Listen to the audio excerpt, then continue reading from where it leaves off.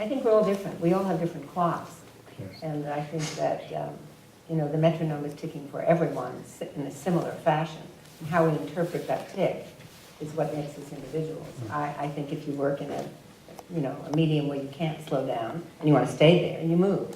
If you are creating as you are so beautifully, it would seem you must slow down because it's part of the force. And, you know, it's just different. I remember going to the ballet and going to symphonies, and I would hear a fire engine outside, and I would think, I want to know where the fire is. I don't want to hear this music anymore. Between us, there may be a normal person. A compromise. Is that okay? No. I agree completely that it's an individual, and every individual has to find what suits them. But I'm thinking I remember when Steven Spielberg was directing Jaws, I remember seeing a still photo of it when he was a very young man. He was only like 23 or 24 when he directed Jaws. And they shot it, I think, on Martha's Vineyard. And there's a still photo of him lying on the beach with his feet right where the surf breaks. And just lying there. And you could tell just from the photo that that was a time that he needed, because Spielberg is a very high metabolism guy. And that was a time that he needed to take to stop and slow down because of everything that was going on when he needed metabolically he was on overload. Now, Phoebe, does this happen in your? Well, in the performing arts time, you know, there's always opening night. There's always dress rehearsals. So you have to complete your work according to that time schedule. So when I'm working with Momix and we're mounting a new show, I'm moving at a fast pace and probably working just about all day and all night. And then once it goes up on stage, that's when I slow down. And they go out on the road and I can sit back and do hopefully some other work that I have going. But so performing arts is all about your schedule and when things the show has to go on. You have to have it complete.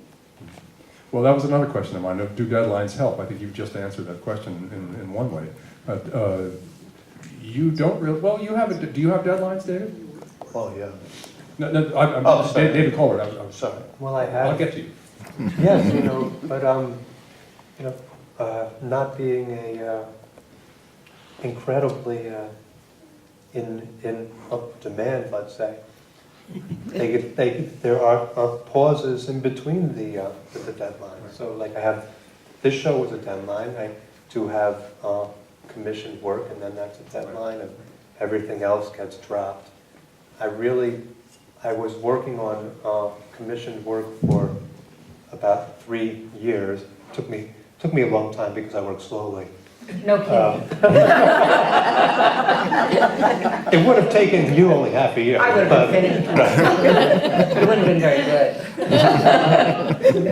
But so I had that period working for about 3 years, and that ended about 1.5 years ago. And it's been the first year after I didn't have commissioned work. It was great. I thought, boy, I can do anything I want now. Well, now I'm starting to think, well, would it be nice to have a commission again? But do deadlines help you finish? Yeah, absolutely, because you can schedule to it. I mean, I like to work steady, but even so, having a deadline means I forecast ahead. Like, this has to be due in a year, so this is how far I have to be in a month, 2 months, 3 months. You know, yeah. What about the others? Well, you have to, and if you're a composer and you're doing a score for a film, then there's schedules to meet and turn in what you're producing. So that's definitely something that, like a commission that you have to get done and meet the deadline. Now, as an artist, I've always been the guy who calls them on the day of the deadline and say, you know, I don't quite have it done yet, so I hope you give me a little time. And sometimes they don't, you know, they say, no, I guess that now. So deadlines are good, but they can be very evil. Well, I know I worked with an artistic director of a theater who all infuriated his board of directors all the time, because he kept saying the baby gets born when the baby gets born. And that's not true. The baby gets born in 9 months. Argue it with him. Told you I could argue. No. Well, what about you, Sheila? It's making me think. I think anxiety is a great driving force in terms of how time affects you. And I am fundamentally, for want of a better word, creatively anxious that I won't finish in time. And television is demanding sort of Big Ben. You have to finish in time, so I have to finish early so I don't have the anxiety of not finishing on time. So I'm anxious, as you can tell. I push the pedal very quickly. And I will be like the one-horse shay. My life, I will just go out because I can't slow down. I can't do what I do and slow down. And I don't really want to, although I admire what you do. It terrifies me to do the same exercise the same way again and again. I go nuts. Just holding a pose and yoga. It isn't for everyone. No, but they put us together in the chair. You can't help who you are. You can't help what you do. You can go slower if you think you have to perfect it. But if you have to meet a deadline and you want to meet it, you sometimes have to put perfection aside and just go straight ahead, steam on. That's my thought. Well, what about are there times when rest, relaxation, refreshment, regeneration gets confused with wasting time? I know that sometimes I'll just be standing there in my house and thinking, well, what's next? I got to be doing something. That's very interesting, because I think my form of Tai Chi is I don't know what I did in the last hour. I just was still. But I don't think of it as a performing art or whatever you call it. I think of spaces and times. I'll say to my husband, I didn't do anything the last 2 hours. I just sort of like stared, or I didn't do anything. What did I do? Where did it go? It's now 11 o'clock. Is that Tai Chi? Well, some people would say the world is Tai Chi. Oh, okay. I feel better now. What about for the others? How do you relax? I mean, you've talked a little bit about... Some of us don't relax. I think it's necessary for your heart to... Yes, I do. Well, But not that anybody else in the world has to. okay. You do. Yes. I think sometimes you relax in the energy of moving forward. And you don't use that word, but in fact it is the greatest pleasure to run the locomotive at full speed. Is that relax? I don't know what the word is really. I wouldn't use it in the convention. Refresh, regenerate. But maybe things are spilling all the time, so you don't, Well, maybe that's how you refresh. maybe. When you said that Steven Spielberg was lying on the floor, doing that, I was thinking the opposite. I was thinking he was furious at somebody. And he said, if you look don't at the get out of picture here, I'm and going to kill you. So I'll ask him. Has your understanding of the kind of time you need and the kind of time you take evolved for you over the last 20 years?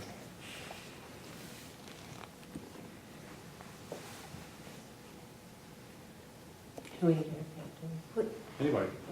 I'm not sure I understand what you mean by the time that you need. To get done what you do. It's not different for me. I take the time that I need to finish something because it needs to be completed. And for me, that's what I do. The costumes have to be done, so you take the time, whether it's working all hours of the night. That's what I do. That's how I complete things. As I've gotten older, I realize I need more time to do any work, and so I've stopped doing lots of things that I used to do just to be sort of avoid my work, like a procrastinator. But lately, to have mental health, I've been trying to learn not to put myself down if I lay down to take a nap, because I've learned that if I do take a nap, and I'm able to do that, actually, it's not difficult. When I get up, and whatever I do, it's so much better and quicker. You know, the musicians, and we all stay up all night. You know, you're working in a studio, you're doing take 500 and stuff like that, and then many times later on, you find out that take 1 was actually the best one, because it was fresh, and it didn't have that overworked quality.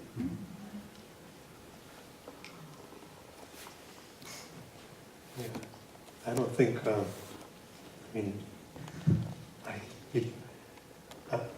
you might think I'm trying to appear like I'm relaxed all the time. But you know, I'm not, and I look forward to being able to waste more time. I hate to waste time. You know, it drives me nuts, and I'm very judgmental about it, and you know, I have very strong opinions about what constitutes, you know, being fruitful and productive. Going backpacking counts, you know, being in the wilderness counts, watching TV. So, What about has the practical reality of marketing your work? This is less true. This would be less true for you, Phoebe, because you're with a company. But maybe not. Has the way time is perceived and time is used, has that changed from that aspect of what you do?